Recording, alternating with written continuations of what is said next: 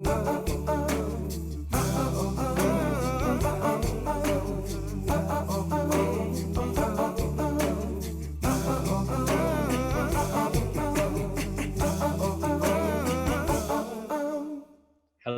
everyone. I'm Daniel. I'm part of the DAO team.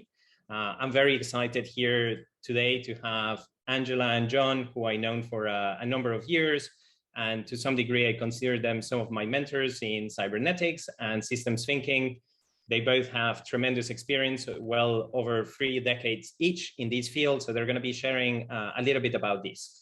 Angela is it's at the Center of Systems Studies. She's an Emeritus Fellow at for the Center of Systems Studies, as I was saying, in Hull University. She's also a fellow in the British Cybernetics Society and has been an invited professor in multiple universities across Latin America, as well as working at the Metaphorum, one society, NGO dedicated to developing Stafford Beer legacy.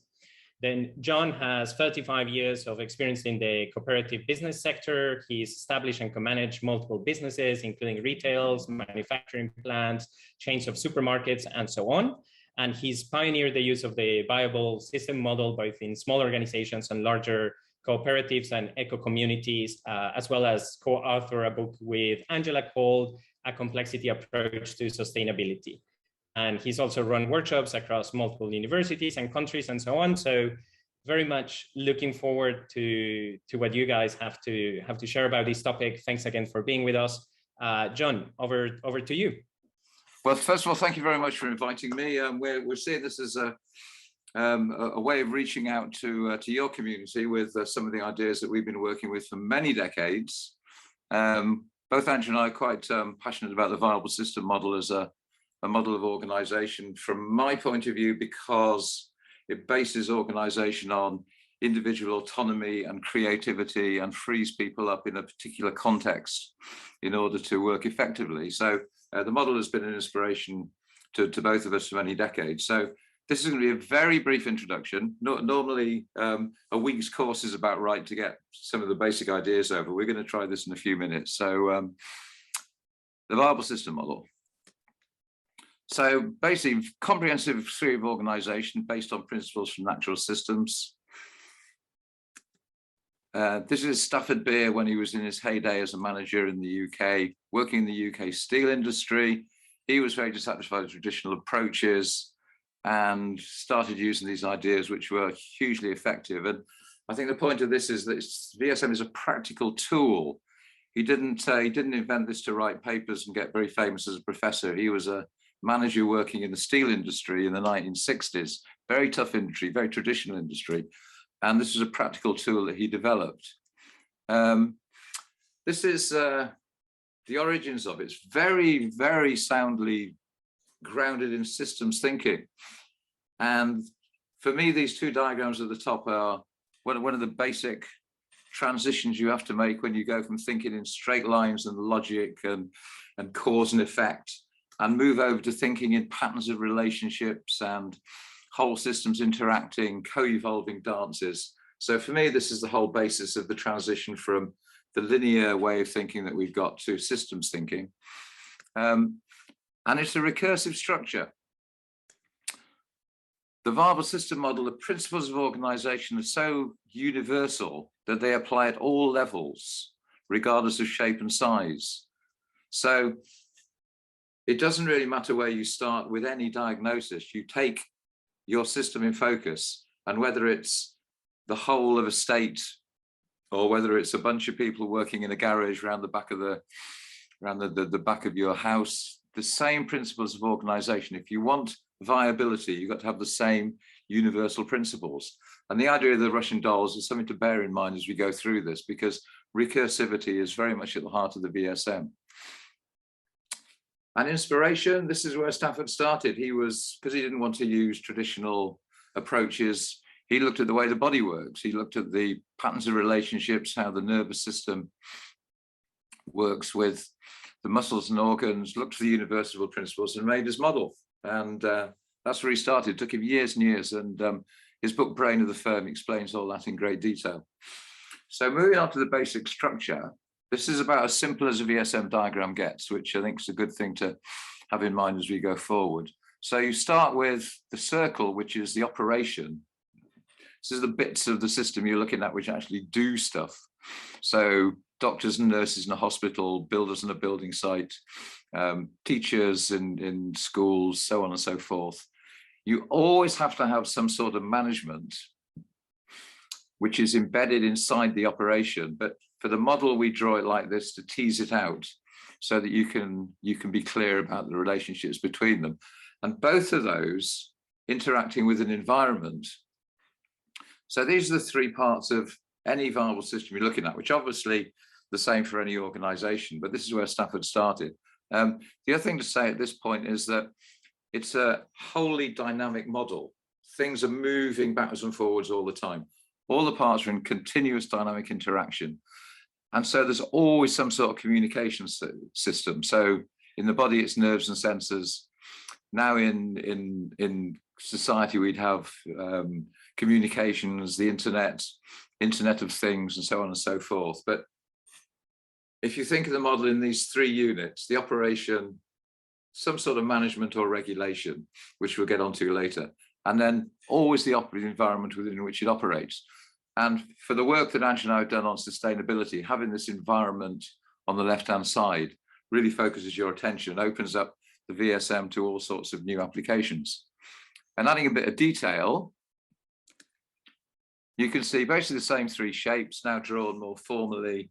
And because the model is recursive, you can see inside the operation three smaller viable systems. So what we got here is three viable systems working together inside an operation, coming together to form a larger viable system, which is interacting with the environment on the left-hand side. And inside the big environment, you can see each of the three little viable systems has its own specific environment, which always overlap.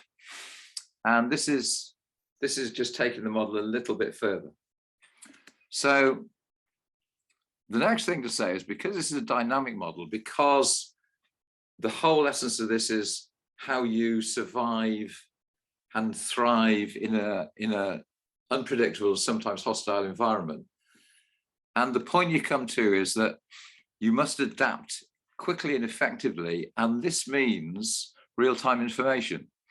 This is probably becoming fairly universally accepted nowadays. When Stafford started this in the 1960s, this was just revolutionary thinking. But nowadays, more and more people are using real-time information to run their businesses and their organizations. And it becomes much, much more accessible, particularly with things like the Internet of Things, where everybody's getting information all the time to help you make your decisions.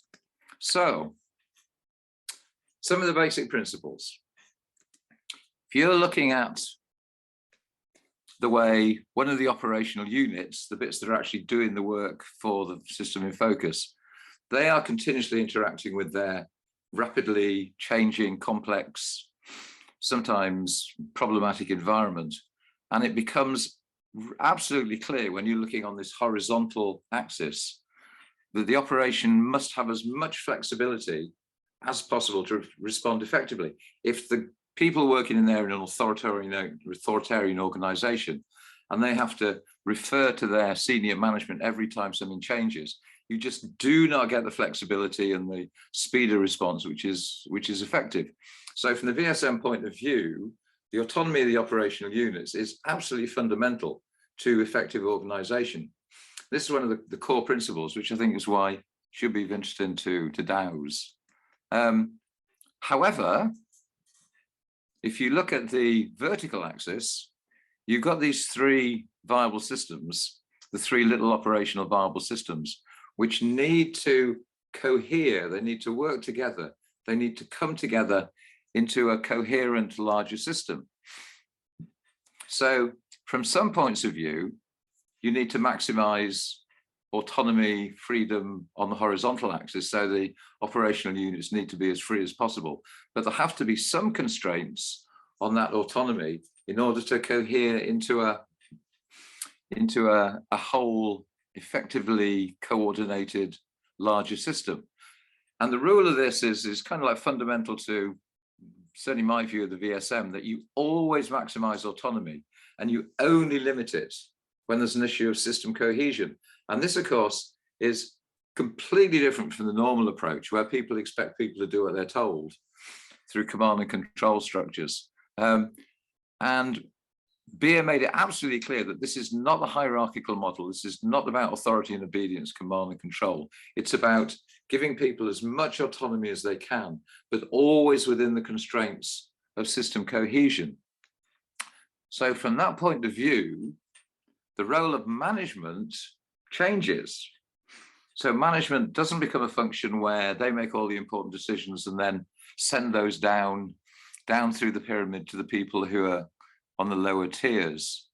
The job of the management becomes providing the glue which brings all the operational units together into this larger system. And he doesn't refer to management, he refers to meta systems, meta being over and above. It's got the overview, the higher level perspective on it.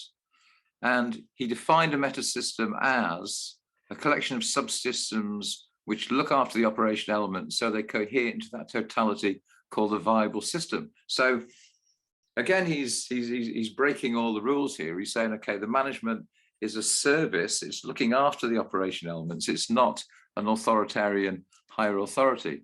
So you move away from the thought of management as being in control, telling people what to do, to providing a service to enable all the autonomous parts to come together, which certainly in cooperatives where I've always worked, this has been just the most wonderful approach to high level management. So yeah, so it's different. It's not how the boss ensures everything is working properly through command and control. It's how things work together to create a larger, more effective whole system. And the final thing to say at this stage of the proceedings is that when you're doing a viable system diagnosis, you're always looking at the balance between these parts. So if you start with a very, very complex environment, you've always got to have the capacity. Cyberneticians talk about this rule of requisite variety, which is Ross Ashby, which goes back to certainly before Stafford was doing this work. So you're always looking at the balance to make sure that the capacity, the variety of one part is sufficient to deal with the other. So if, for example, your environment suddenly becomes much more complex for a whole variety of reasons, climate change being one of them, then you have to look at the operation and say, okay, we no longer have the capacity we need to deal with this environment, so we have to change it. And similarly, the meta system, which is there to hold all the bits together, might say, whoa, the operation is suddenly 10 times as big as it was a year ago. We just don't have the capacity we need to do our job properly. So all the time, you're looking at these balances and trying to get the varieties of the various bits to match up so the thing works effectively. And this is where good design comes in. This is basically what you do in a diagnosis. You look at all these issues and you make sure that you've got a well-organized, effective, harmonious system in focus through the balance of these various systems. So summing up this bit, we've got recursions, we've got the operation carrying out primary activities in an unpredictable environment, a meta system to hold those operation units together, maximizing operational autonomy, limited only by system cohesion, the dynamic co-evolving interactions, and everything being in balance, which is the basic unit. So that's, all of this is just looking at these three elements, the environment, the operation, and the meta system in systems terms. So one thing to mention at this point is that certainly from the point of view of DAOs, as far as we understand it, and Andrew and I are both learning this, so we hope we don't say anything too silly, but autonomy is fundamental in both approaches, and decision-making is decentralized. I think the point I wanted to make here is that the VSM is always looking at the way that you deal with both decentralization from the point of flexibility and a requisite variety for the operation, and the centralization that you need in order to do the coordination of the operational units. And one of the things that Stafford said that took me a while to get my head around was that the VSM is both centralized and decentralized at the same time. So it's not a purely decentralized organization. It's both decentralized and centralized. And this is kind of a yin yang. It's much more of an Eastern approach, which Stafford was very open to say, okay, these supposed opposites aren't mutually exclusive. They work together in a coordinated way. So the question now is, how does the meta system ensure the operational parts work together as a cohesive whole? And the answer is that Stafford designed these 5 systems.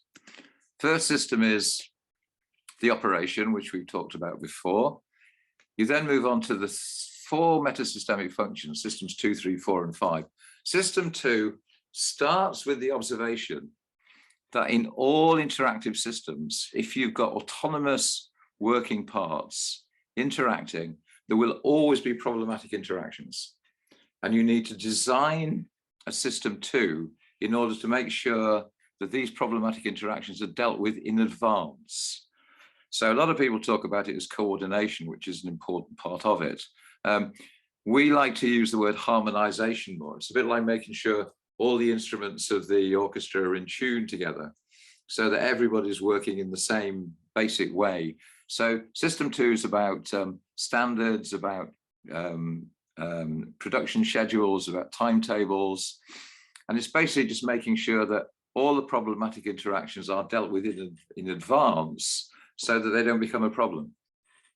So once you've done that, you can move on to system 3, which has, this is based on the base brain at the top of the spinal column, which is continuously receiving information from all the different parts of the system in focus. And its job is looking for optimization, looking for synergies, looking for ways of saying, okay, we've got all these independent operational units doing their stuff in isolation. If we bring them all together, what more can we do?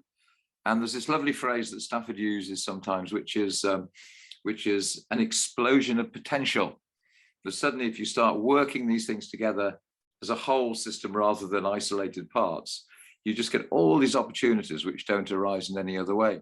So you maximize autonomy at the system 1 level to give people the flexibility. You deal with all the problematic interactions, and then you say, okay, from our higher viewpoint, what can we do to make all these bits work together to make the whole thing more effective? And that's system 3. And then the other thing you need is to make sure you can adapt to changes in the outside world. So every viable system has a system 4, which looks outside, checks the outside world. It's based on the midbrain of all of us, comes up with plans, looks for innovations, looks and fundamentally make sure that the system in focus can adapt as things change. And finally, system 5, which is probably best thought of as identity. It's, okay, so who are we? What are we about?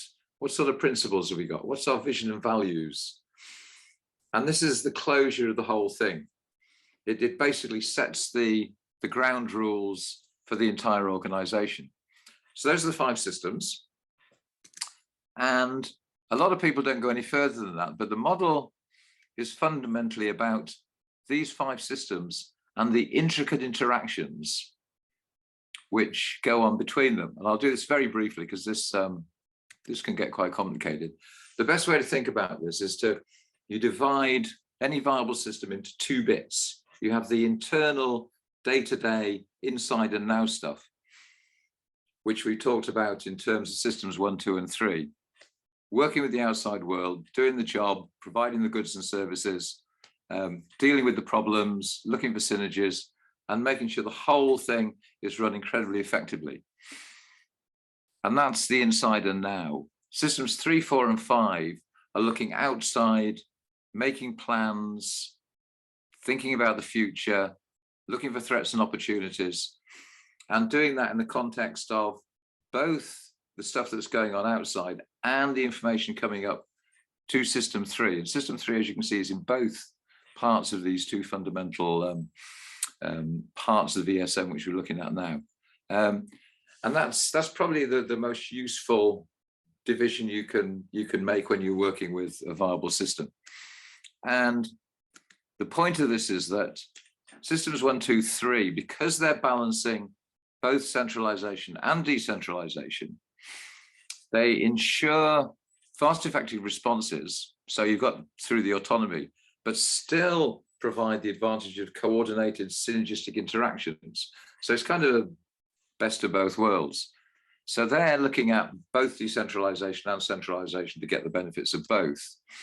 And the 3, 4, 5 complex at the top is doing the same thing, saying, okay, how can we work with innovative blue sky dreamers who are coming up with fantastic ideas all the time, and the down-to-earth practicalities of the people in system 3 who are saying, come on, there's 7 people off sick today, we can't possibly do this, and we've got bills to pay, and so on and so forth. So again, you're getting the benefits of these 2 different perspectives, the very innovative blue sky ideas and the practicalities.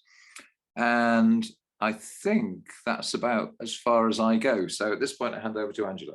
I think maybe, should we do some clarifications here, Daniel? If there's any clarifications before Angela moves on to her bit. Let me see, please, if anyone has any questions or doubts, anything that's not clear or that you might be wondering, let me know. I see one hand raised. Please, Pablo, go for it. Hi. Thank you, John. I wanted to ask, you said at a certain point that applying this model into DAOs, the decentralized autonomous units must work together in a cohesive whole, right? Yeah.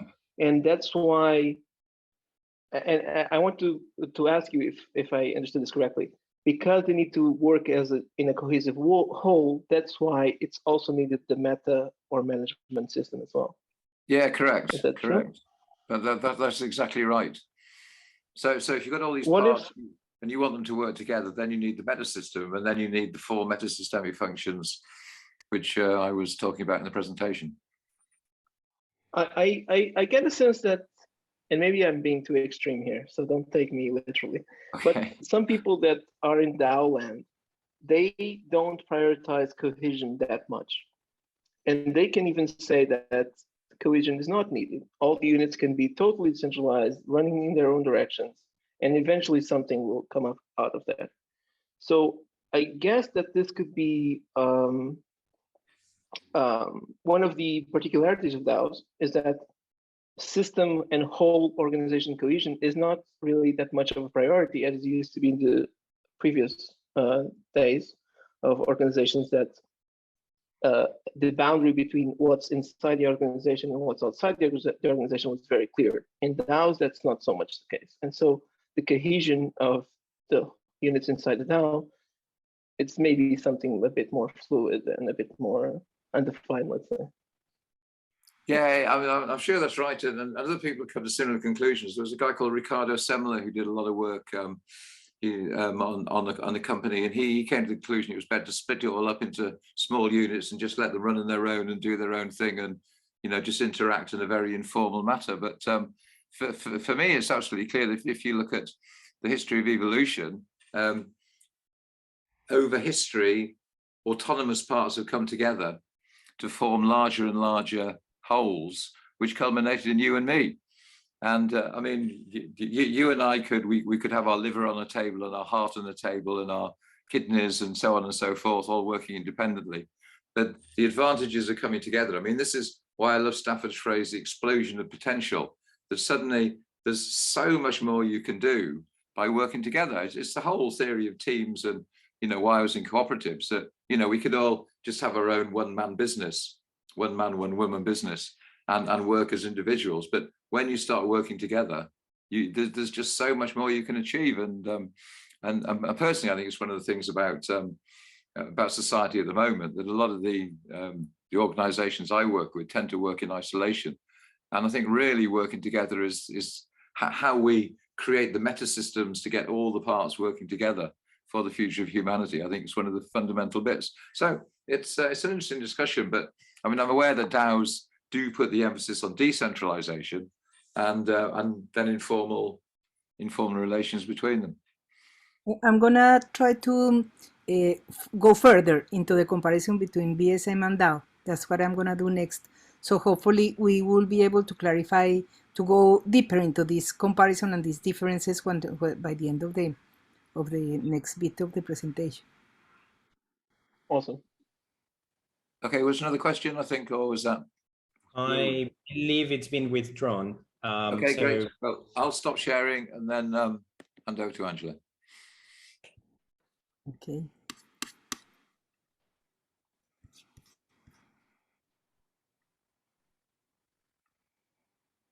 Okay, can you see my screen now? Yep, looking good. Yep. Right. Before I start, just a little bit extra about my background. I am a computer and systems engineer who abandoned programming and computers when I did my PhD in organizational cybernetics. Yeah, and I just got fascinated with this theory, and I've been just focusing on the organizational aspects of more than in the technology, but I am completely fascinated with the learning about DAOs, and I am really thankful with Daniel because that's given me an excuse to try to go deeper and understand. And I'm just full of questions, so please forgive my ignorance because I'm just beginning to discover and do a bit of research, and I'm finding fascinating parallels. And so I'm going to try to show you, now that Jon has introduced you to the theory, the things in which I can see that they are similar and different, the two theories. Yeah. So on one side, both of these theories came from the inspiration of both theories came from the understanding of organizations as neural networks. No, this was something that the first pioneers, cyberneticians, did.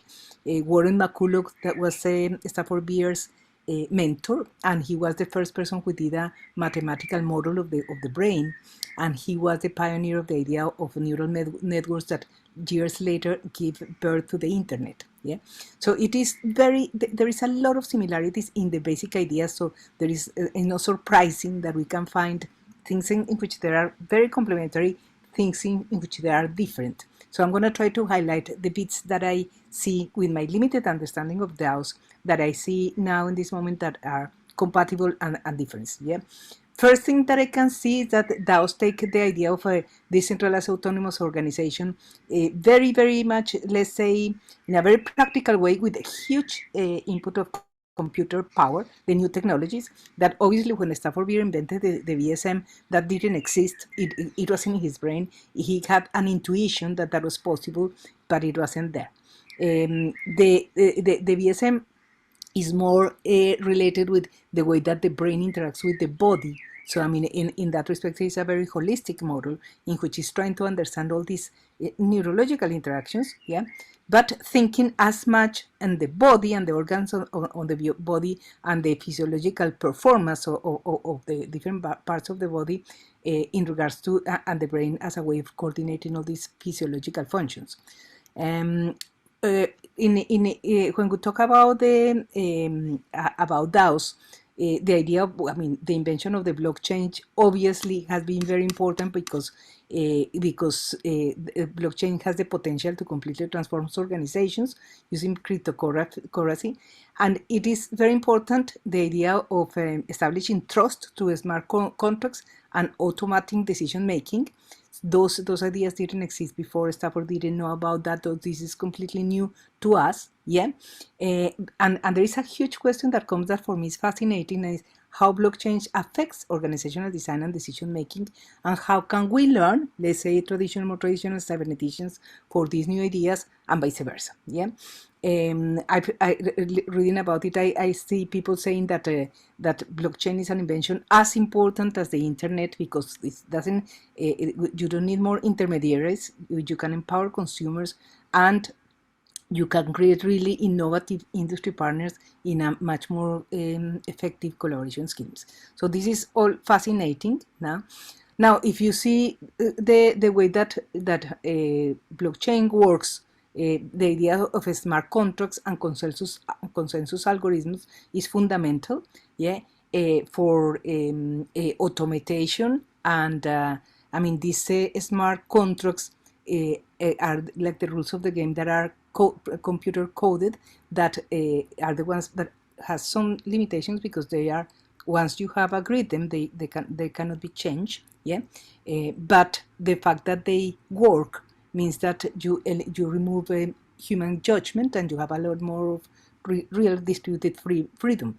And the use of consensus algorithms also, I mean, the fact of eliminating intermediaries, allowing different nodes of the network to work, to collaborate in a more independent way, and having more resilience in the sense that being able to work even if there is a failure in one part of the network. All these issues give this technology enormous power. Yeah. So seeing DAOs as a combination of smart contracts linked together and connected with the Internet of Things, big devices, big data analytics, and artificial intelligence makes of this technology something that is creating a context that we didn't have before, and is really opening up all sorts of new possibilities. That is, I'm sure, that what makes this community so excited about the new possibilities. Now, we can see some similarities between the two theories. Like, for instance, DAOs are member-owned organizations with no centralized leadership. They are decentralized, autonomous, inspiring neural networks. Vsm as well is not member-owned, but is member-led organizations with no centralized leadership, decentralized, autonomous, inspiring neural networks. So at that level, we have two theories that are quite compatible, quite similar. Yeah, DAOs started like a form of venture capital based in open source without a typical management structure. And Vsm, let's say that it suggests a not typical management structure. It's what we talk metasystemic management, is what Jon was explaining, that is a management that is not hierarchical, it's not top-down management, it's a management that is there to service the operation. So in that respect, let's say that if we see the technological replacement of management in DAOs and the functional idea of metasystemic management, both of them has this common purpose, that is to serve operations, not to impose anything on operations. Yeah. DAOs talk about distributed governance and put it into practice to smart contracts and consensus mechanisms. It is the actors who agreed upon the rules that govern the blockchain. In the Vsm, we have also the idea of distributed governance, but we're not distributing governance through technology. We're distributing governance through structure, and a completely different way of understanding a structure and organization that includes self-regulated nodes. So each one of the nodes in the neural network is self-regulated. Also, the way of guaranteeing self-regulation is having very clear shared rules of the game, that needs to be agreed by the agents. Share information and knowledge. This is fundamental in Vsm. The only way to have a completely decentralized, self-regulated neural network kind of organization is if you can share information, share knowledge, share protocols, share process design, so that, I mean, you have shared language and shared technologies that avoids continuous breakdowns between people and guarantees that everybody is sort of speaking the same language and acting according to the same kind of, having the same kind of decisions. Yeah. Also, Vsm will suggest to have very transparent contracting, and it also suggests as one of the most powerful ideas of self-regulation, guaranteeing that there is the redundancy of potential command. So command is not centralized, but is redundant. So if there is any instability in the network, in any part of the network can retake control.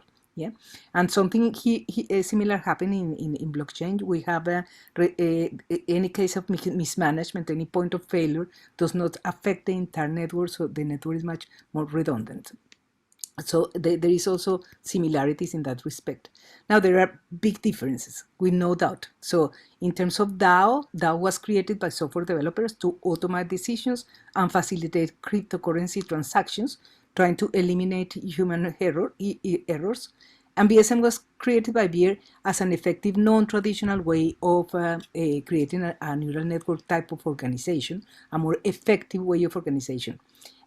With all these functions that Jon explained to you, systems 1, that are self-regulated nodes, and the metasystemic role system 2, 3, 4, 5, that develop roles like policy, innovation, accountability, harmonizations, and so on. In DAOs, we have organizations constructed by encoded rules that are based in software, that are supposed to be transparent, members controlled, not influenced by central governments. The records and the programs are ruled by, made through the blockchain. And the idea is that foment governance and trust among actors, basically through the software, through the cryptography, and control and reduce opportunism. So let's say that the focus on DAOs is more on automatizing metasystemic transactions and decisions. The focus on the VSM is more on creating an organization, a way of distributing roles and responsibilities in an organization that allows an organization to be balanced in terms of having more self-governed nodes and operating as a whole in a cohesive way. Regarding the differences, one of the main differences as well is that the VSM is a recursive model of organization. I haven't seen yet the ideas of DAOs at this point. I have read a lot and I have made comparisons between complex adaptive systems and bubble systems, for instance. And one of the main differences as well is that VSM is a recursive model of organization. So it means that at any level of organization, from the individual to teams, to groups of teams, to businesses, to corporations, to nations, to regions, etc. At every level, you can use the same distinctions to map the organization and to identify patterns of relationship in a very systemic way, unifying way. But the focus in the VSM mapping is to try to understand each one of the nodes that are the ones that produce the products of services. They are themselves viable systems. So each system one is in itself a viable system. That's what is represented here in this diagram that Jon has made. That is this idea of that inside each one of the nodes is itself a viable system. So should cope as well with the 5 systems. So this is a difference that I don't know how does it translate in terms of organizational design if we wanted to expand massively the idea of DAOs to design mega organizations at the worldwide. The other interesting comparison is between governance. So when you talk about DAOs governance, what I understand is that they use coordinated governance using tokens in a cryptocurrency wallet that grant voting powers. So the members need to have bought some tokens. The more tokens, the more voting power you have. Membership can be exchanged, and members vote on via blockchain a series of proposals. Performance can be tracked and even compensated because it's all electronic. And there is the issue of inactive holders that is creating some issues in terms of effectiveness of governance. But we have a very decentralized and interesting governance structure in DAOs. In VSM, we also have an idea of decentralized governance structure, but we have let's say that we have a way of understanding what we call metasystemic management, like this, as Jon was explaining, between system 3, 4, 5, and governance is basically the way it results from a balanced interaction between system 3, 4, 5 kind of roles. 4 needs to be capable of absorbing environmental variety. 3 needs to be capable of managing internal organizational variety. And system 1 will be the one that is absorbing the variety of the direct interaction with customers and suppliers and so on, and in the environment. So System 1 is represented at each level of governance, and basically the idea in the VSM is how do you generate these capabilities of self-governance, and it does it also with key performance indicators operating in real time. So in a way, Stafford Beer was one of the pioneers of the idea of what is now called agile management. In those days there wasn't internet when he invented the model, so I mean this was just a dream 50 years ago. In this moment we have the technology, in this moment we can do real-time management, and people are just crazy about agile management, real-time information and so on. And that's something that in DAOs goes even further, because you have automatized the processes, and you have, I mean, you can really measure performance electronically in a way that is quite interesting. But this is still the difference between what can you do what kind of organizations you can map and run as a DAO, what kind of organizations you can not yet map and run as a DAO. Now, there are clear challenges of DAOs, like, for instance, long-standing issues regarding the way that the DAOs will function in the real world. So, I mean, still things like unclear legal status, security issues, like the 2016 scandal and the breakdown of the cryptocurrencies, human versus computer decision making, voting power, reproducing existing power structures. I mean, this is something that, from a Vsm perspective, will be particularly concerned, because if you have your voting power depends on the number of DAO, I mean, the number of your financial power, then you will be reproducing existing power structures and not allowing the emergence of new, more democratic power structures. So that's something that for me is a general question. Rather than a corporation, a DAO may end up functioning like a kind of general partnership that opens a really interesting field for organizational design. Some people consider that DAOs are so innovative that they may completely change traditional structured business. And I find it fascinating, and I do think that there is some truth behind it, because with no doubt with this technology, in the way that we can trust the technology and people can learn about it, we can really start replacing many ways of making transactions and operating in businesses that DAOs can resolve in a very interesting way. Now, certain business, like for instance, things like land registry, supply chains, natural resources, peer-to-peer exchanges, smart property, things like that, can be model mapped and run as DAOs. Yeah. There are other organizations in which the core of the organization is not just the economic transaction, and for these other organizations, perhaps still the idea of DAOs is far away from their landscape. Yeah. So, I mean, there's another big challenge for me in terms of how can we progress this idea to other kind of organizations in which perhaps need to have other priorities. Now, this statement that was a fundamentally new paradigm for organizational design, I can see the really exciting bits of it, like for instance things like automatized transactions. It's true that DAOs can create new distributed products and services, order products and services, make a profit or loss, pay taxes, dividends, automatize lots of decision-making capabilities, and may this idea of supplanting the need for public documents related to rights to ownership, that's fascinating. I mean, the consequences seems astonishing. No, negative things, they still need to make money. DAOs, no, they still have costs, customers, shareholders, employees. Well, some may have independent contractors. The idea of being a distributed company. Well, how are we going to harmonize the different regulations in different countries?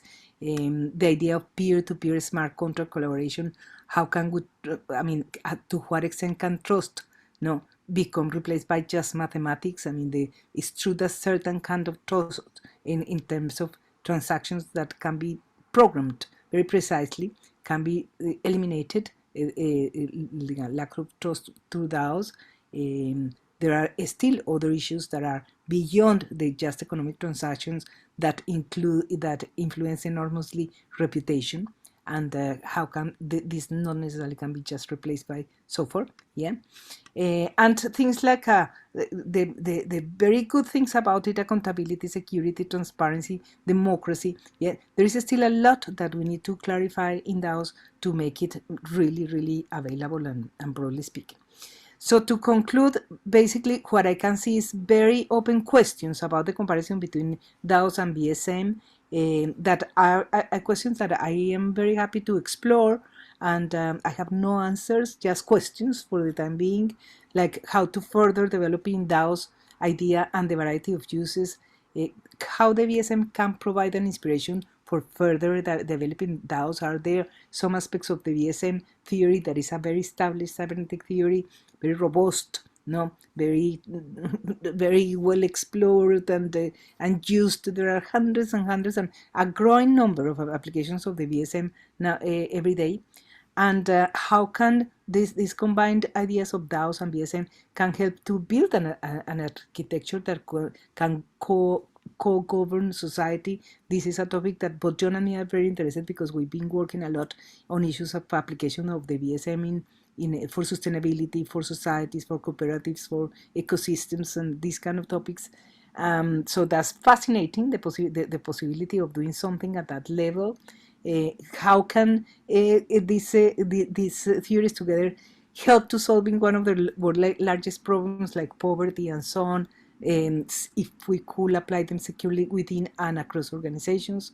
And what can we learn from DAOs and VSM towards 21st century organizational design? So broad questions, and well, that's it. That's what I wanted to share with you, a few references, and so that's the invitation to solve these issues. Thank you very much, Angela and John, for those fantastic presentations. It's been quite a lot to go through, but this is a really extraordinary both summary of what's happening in DAOs. I'm surprised how much you have gone into the topic already since we first spoke only a couple of months ago, and how in-depth this comparison is. So thank you again for that. I'm gonna open it to questions, so you can either post them in the chat and I'll do my best to ask, or you can also raise your hand with the reactions at the bottom. You can do it like that. Let me see, we have a first question by Alex. Please go for it. Hello, good morning. Thank you very much. Yeah, I'm trying to think of like a middle point between these two theories, and one model that comes to my mind is holacracy organizational model.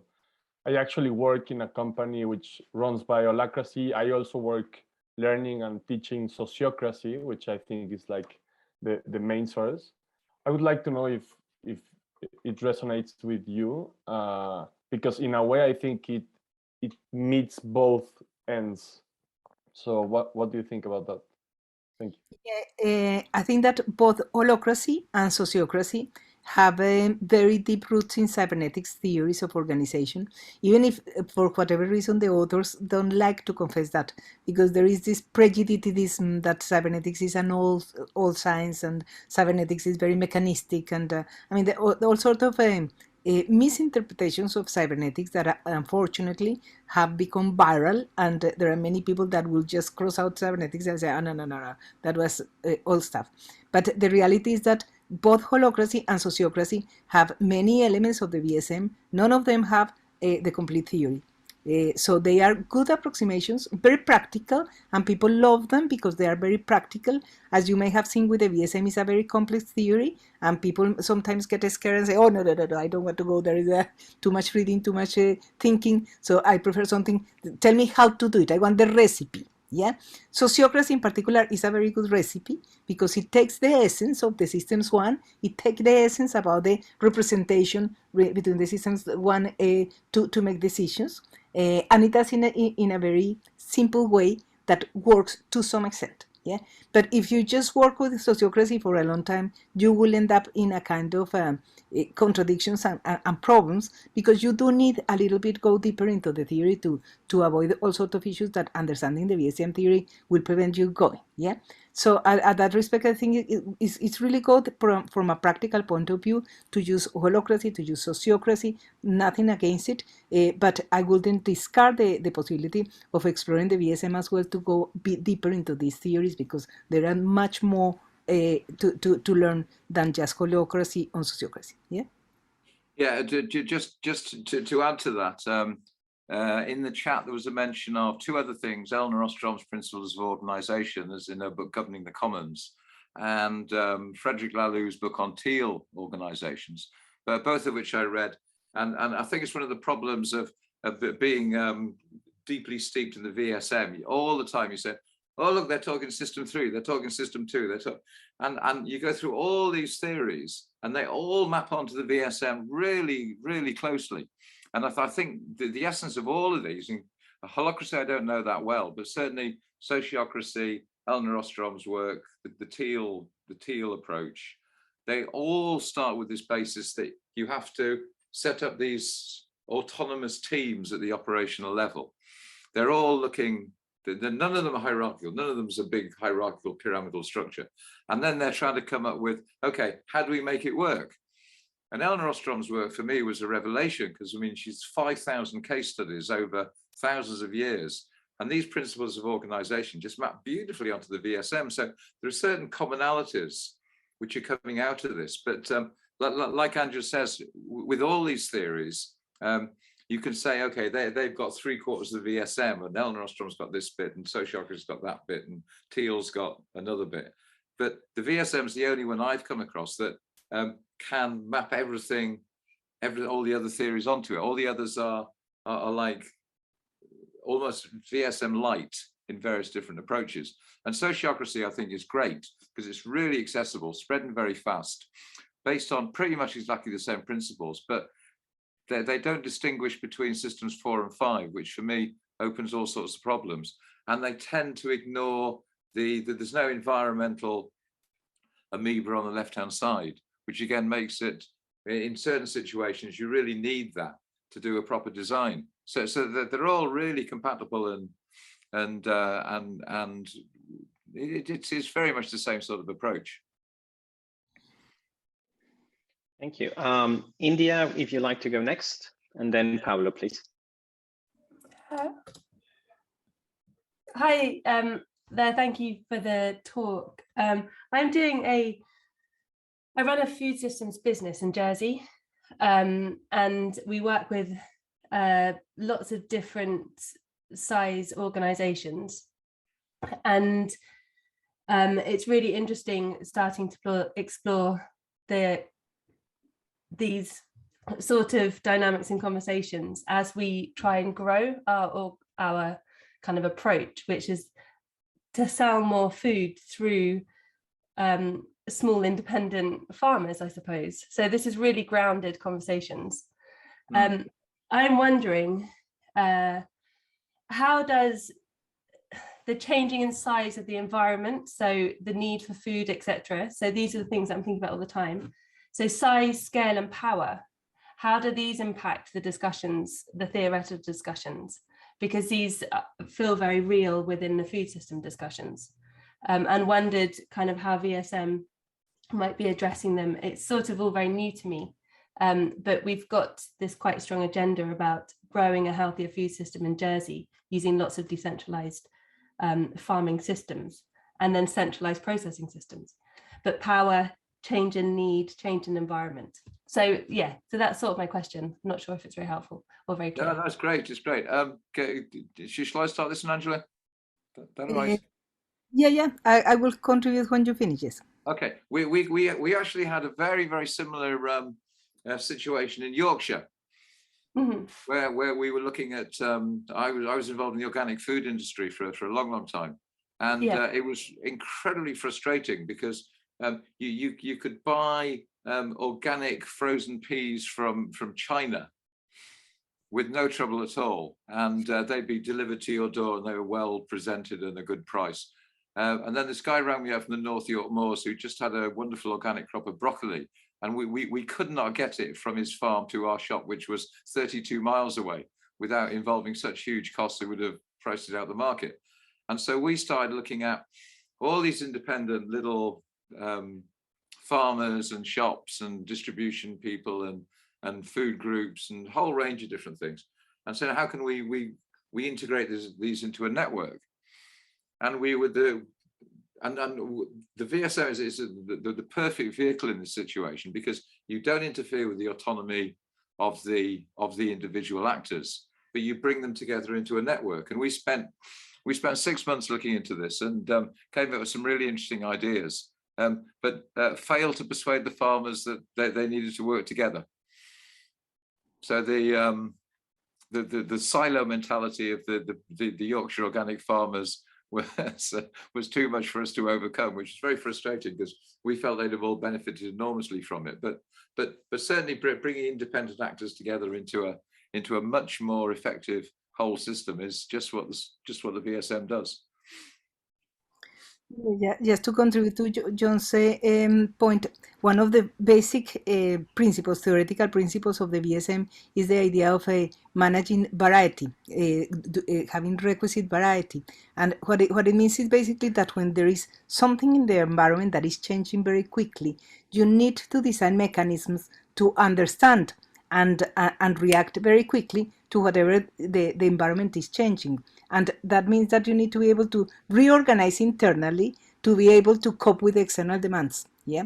And that's part of the very, very important aspect of the VSM is how do you develop this capability of adaptation? Yeah. And one of the issues is you need to be continuously scanning the environment, continuously interacting with the environment so that you can understand how you need to reinvent yourself to be able to remain viable. Yeah. So at that level, there is a lot in the VSM in terms of how you design your organizations to develop this capability of being attentive and developing these capabilities for observing, scanning, and reinventing yourself. Yeah, and there's a lot of very interesting work in Eleanor Ostrom about this, where she talks about things like the farmers in Spain who had these plots and they shared the irrigation, and by working together and doing what Angela was talking about, scanning the environment for threats, and one of the big ones was lack of water. And so they all worked together to build a reservoir, which then piped into their irrigation system. So you can see all this mapping onto these models really well. But again, fundamental to the VSM is this: you're always looking at everything in the context of the environment on the left-hand side of the diagram. You always, that's where you start, and then everything else you do what you want to do in that context. You never forget the environment. Thank you very much. Okay. Paulo, over to you. I'm trying to phrase my question in a simpler way so that we don't run out of time too much, because maybe it is a complicated question. Angela started by showing the similarities between DAOs and the VSM.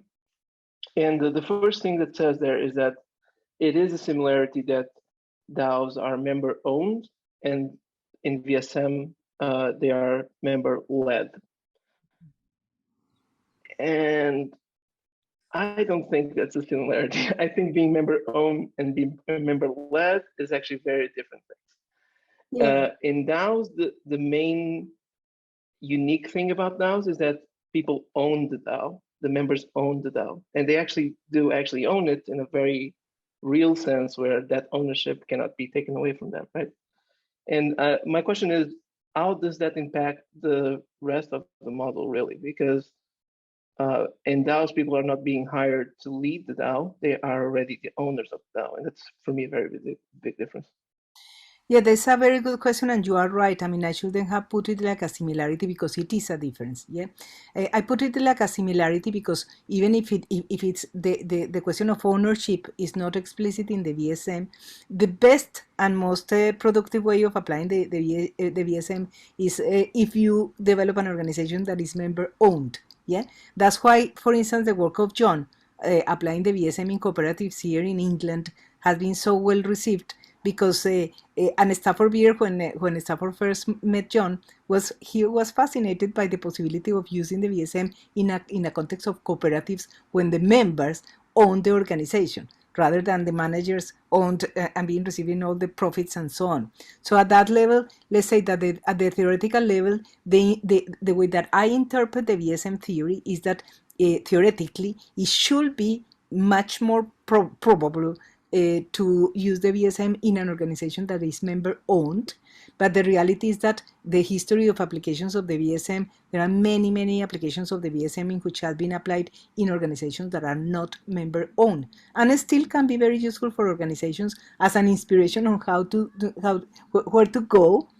But not necessarily you can complete a full application of the VSM in an organization in which the members don't own the organization. Yeah. So yes, DAOs in that respect are much more powerful.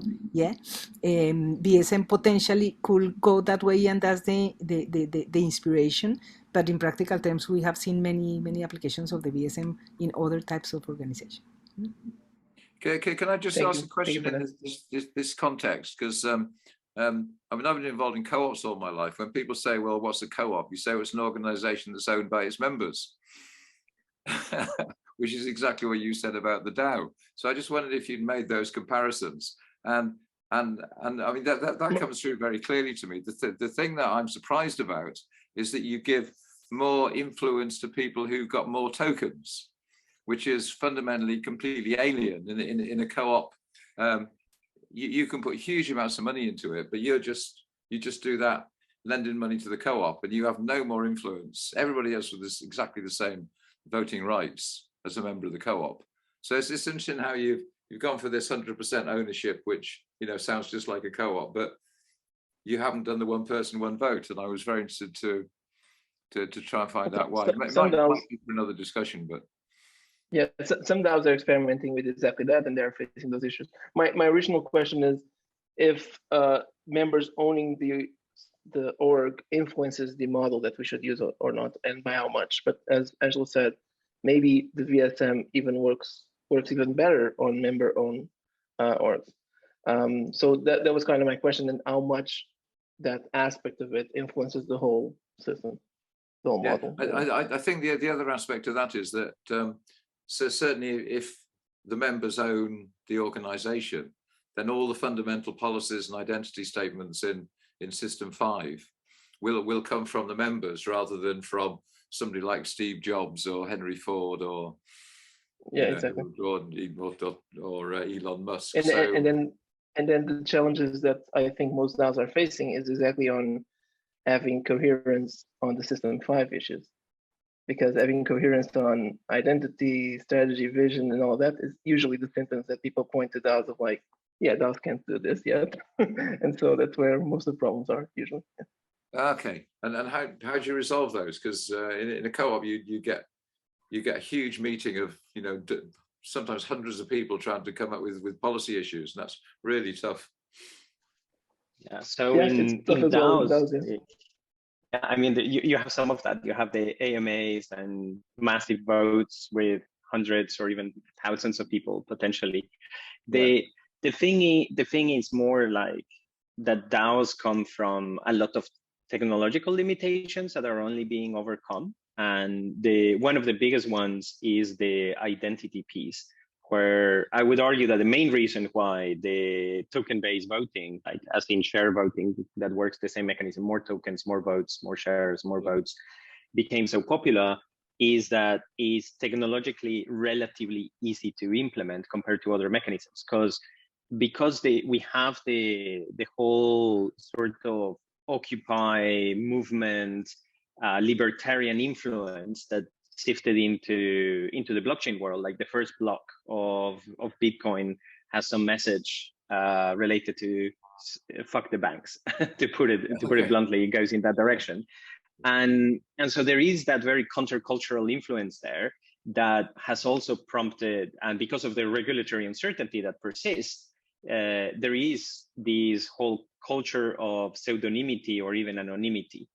And if we want to have pseudonymity and anonymity, essentially to protect the individual from a nation state imposing their authority upon them, and that's been a significant part of the ethos of the early movement, now is being diluted, but it's been there for a while. If you want to be able to enable people to be autonomous, and you also want to prove that the same person is not voting 10 times, because you could create 10 wallets and have 10 identities online, like many people do, then you could multiply your number of votes if you have a cooperative mechanism. So, and it's only now that we're starting to have mechanisms come of age that allow to prove that you're a unique human. And so we have other mechanisms evolving, while also the whole idea of voting is, again, technologically relatively easy to implement. All you need to do is majority minority is essentially a sum, very, very basic for a technology that is super early stages. Well, if we want to do more complex computations, like even debating a text-based document and debating different clauses or different elements of that. A lot of that infrastructure just doesn't exist yet. So it needs to be invented. Like, part of my interest of inviting you here is so we can start to think about these questions together. Okay, very good. Yeah.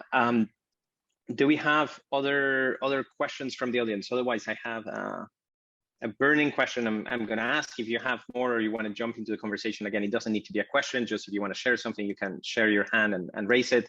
Ricardo, I'm going to pass over to you. Just before, I'm really curious, John, you were talking, there is something that's been theorized, or that I heard when we were doing one of the research projects. We heard one example of someone who was trying to bring multiple of groups of people together and create a meta system, create a bigger DAO, or a DAO of DAOs coming from these individual groups that were starting.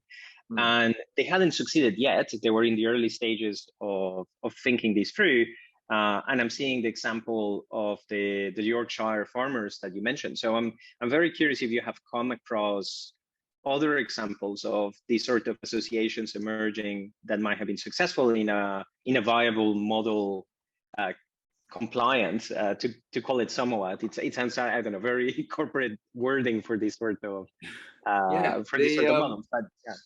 There's an extraordinary example in the Basque Country in northern Spain. There's a group of cooperatives called Mondragon, which I think should be on the reading list of every management course in every university in the world.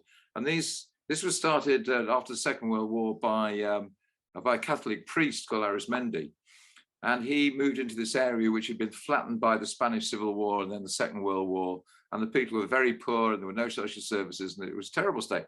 And he started off by setting up a technical college and then a series of cooperatives. And he demanded that all these cooperatives work together. And when I went there were 100,000 people working in these cooperatives. And they make most of the fridges and cookers and domestic appliances in Spain. There's a brand called Fagor. They run this huge network of shops and supermarkets and hypermarkets. They make cars, they make car components, they make extraordinary numbers of things. And the whole thing is based on what for me are very, very fundamental VSM principles. And when I was talking to them when I first met, I said, so how would you describe what's going on? And they said, well, the fundamental aspect of what we do is, number one, autonomy. We preserve the autonomy of all the small cooperatives that are set up. And then we federate because of synergy. So it's autonomy and synergy. And this is exactly what you'd say about the VSM. And the way they do that, you look into the details of how they federate and how they work together and how they maintain their autonomy and get all the synergies and the advantages of working together. And it's inspirational. And it's still going on and growing and thriving.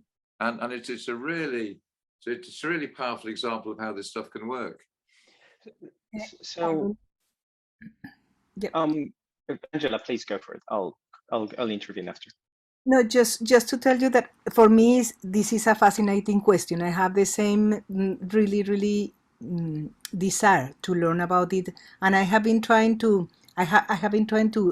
widen the scope of application of the VSM, mostly through my PhD students, but also in different contexts. And one of the most fascinating ones that I remember was some years ago, I was invited by the Green Party in Spain when the Occupy movement was forming, and they wanted to create inspiration to self-organize the social movement in terms of how could self-organized social movements have a more clear influence in society, in changing the rules. And at that point, I started thinking about using the VSM to facilitate social movements. And I did a little bit of work on that. And this is a work that I have been seeing appearing more and more recently. So, for instance, one of my PhD students was working in Colombia when there was this very massive social protests in the last few years, and trying to help the social movement to get organized using VSM principles as well. And some people have done the same in Chile. And there is like a new group of people that are trying to consider how to use that.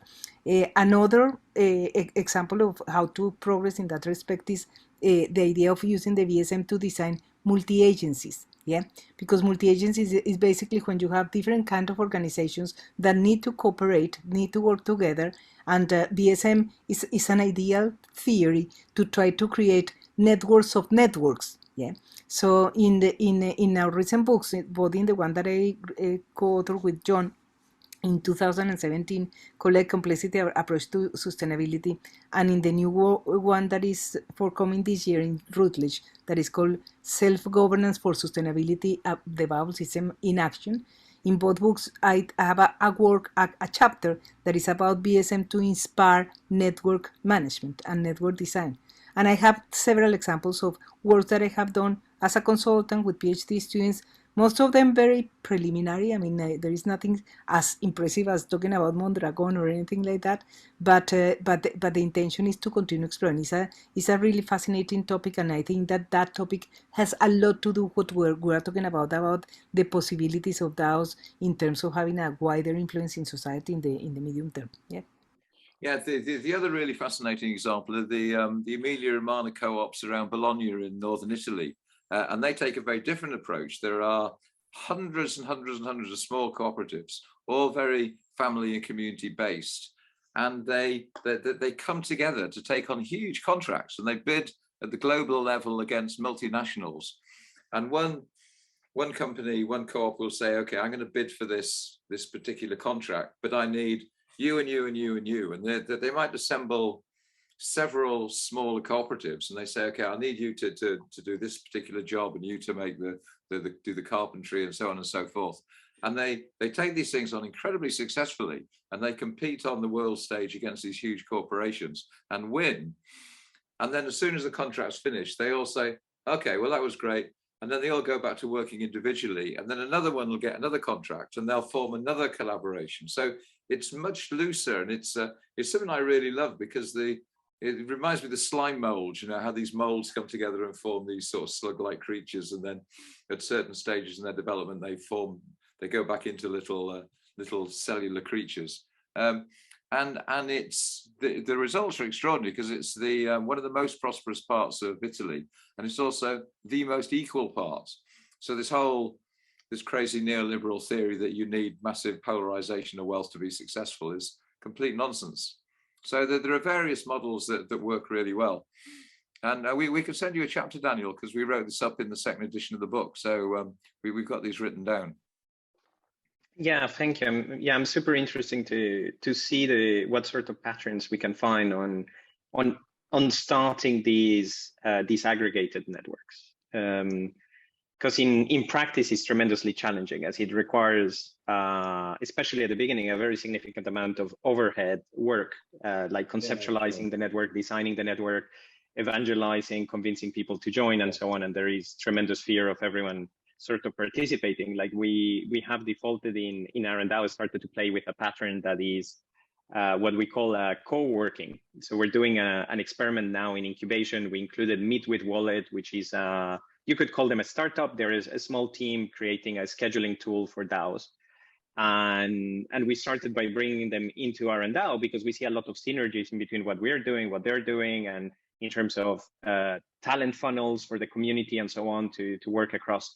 And we're starting by bringing them in and doing a month of co-working. So they join our server, they hang out with us, and hopefully at the end of that period, we have sort of proved that these synergies exist and are valuable enough that then we officialize the agreement and do some sort of equity sharing or more fundamental sort of enmeshment that at the incentive alignment means that we are creating a value exchange that is sustainable for both organizations. As at the moment, we're just kind of bootstrapping that by investing our own time without any return, but hoping that picks up. So I'm super curious to see, any other information that you might have on those sort of patterns that we can learn from would be very much appreciated. I'm going to pass it on to Ricardo, who also has a question.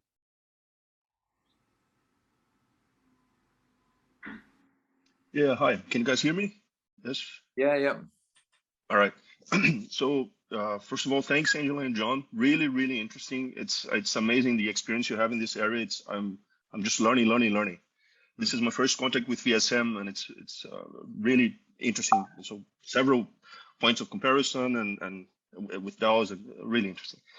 My background is in business. I migrated to research a couple of years ago, decided to go back to university, been involved in blockchain for a few years, and just started contributing with Daniel and Paulo and a few other colleagues at R&D. My question is, I'm curious actually. My question is this: I'm doing a PhD now, by the way, on the political science side, algorithmic governance. So I'm fascinated with this. My question to you is this: from your experience of studying probably hundreds of cases of case studies of VSM case studies, is there one or a few factors that more often than not contribute to communities that you have studied or you're aware of not working? What are the key factors that come to mind right away for you of the reasons for communities not working? Oh, well, that's very easy. Normally, selfishness, yeah.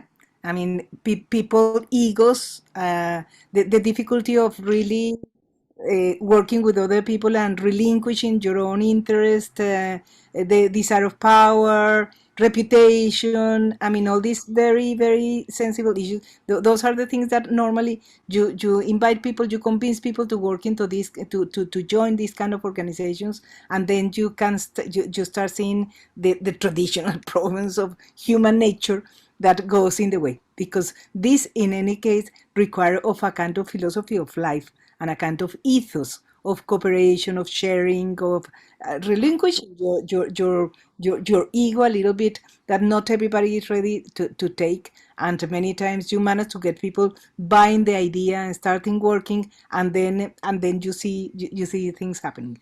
We had an experience in an eco village that we helped them for 3 years in Ireland to use the VSM, and it was fascinating. The first 3 years, the way that they reorganized themselves, they really moved into a much more democratic, self-organized way. And after 3 years, when we stopped going, yeah, there were a couple of people that entered and completely sabotaged the structure, because they wanted to impose their power and their philosophy, was against the philosophy that we have been sharing for the last previous 2 years of cooperation and collaboration, and they had other values, and they managed to sabotage. They managed to filter down, and so we have seen this many times. I mean, these theories are all beautiful. They are not value free. And there is always going to be the human aspect that can completely distort or sabotage these ideals of working in a much more collaborative, transparent, and so on. I mean, at that respect, I think that DAOs has something fascinating, and is the fact that, I mean, while some of the transactions are made automatically, I do think that it's true that you can prevent the incidence of individual decisions and things.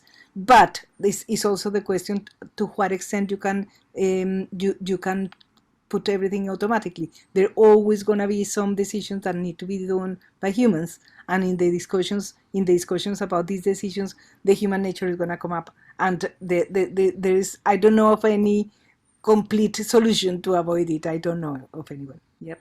Okay. This the other thing, go ahead. Sorry.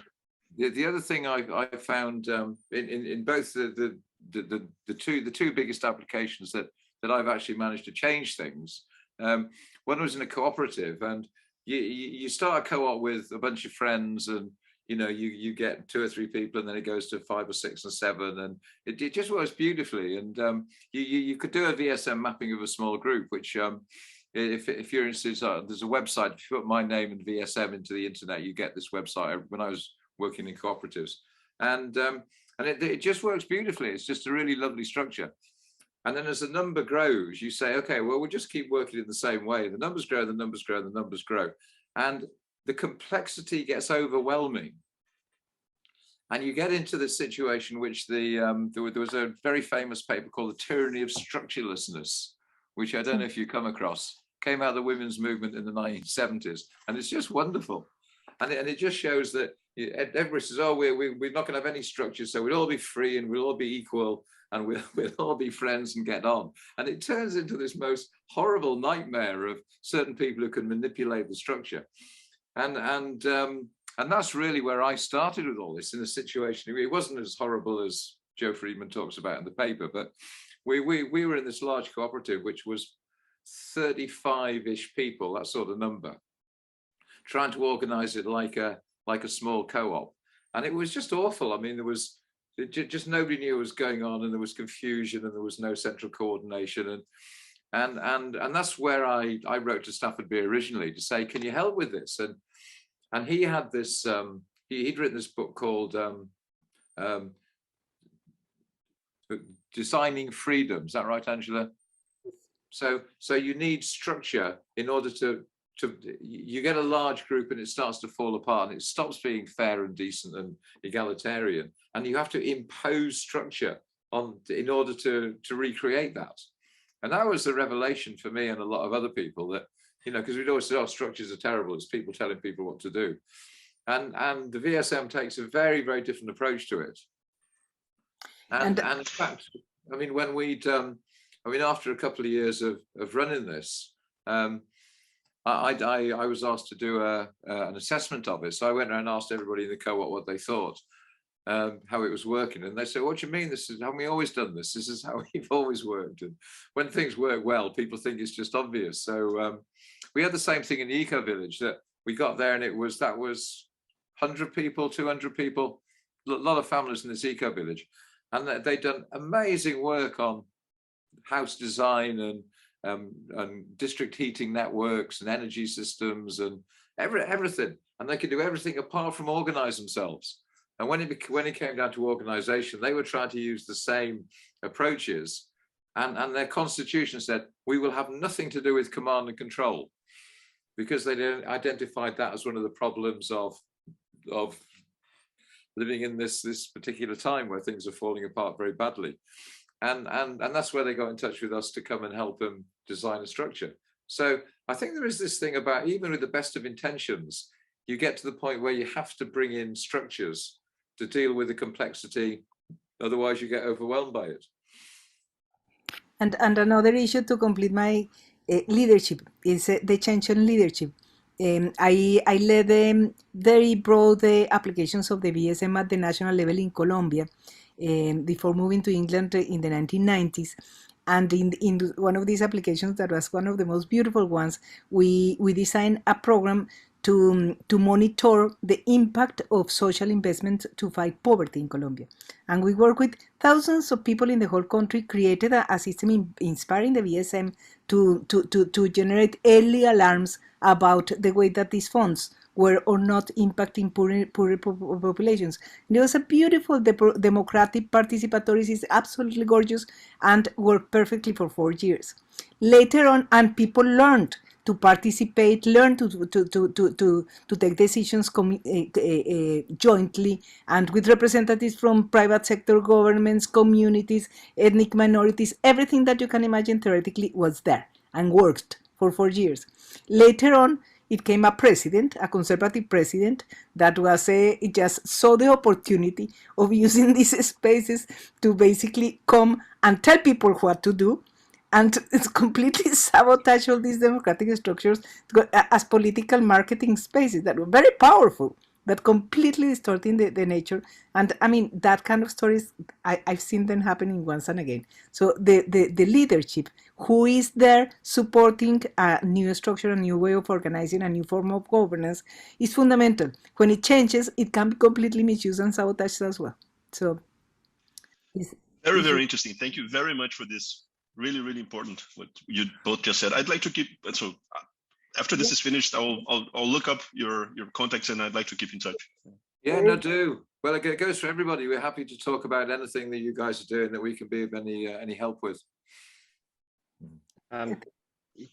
Yeah, so Angela and John, we're essentially out of time. Thank you very much for joining us, the fantastic presentations, and thank you everyone for participating in this discussion.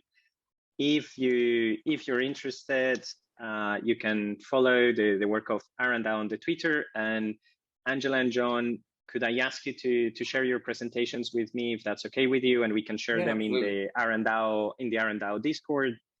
Also, if anyone wants to get in touch, I'm happy to facilitate introductions. Just ping me either on Twitter or in RNDAO, and equally, Angela and John will continue discussing after, and I'm sure there's many more things that we can create in the back of this. So thanks again for joining us. Thank you, everyone. Have a lovely rest of the day, and hopefully see you soon.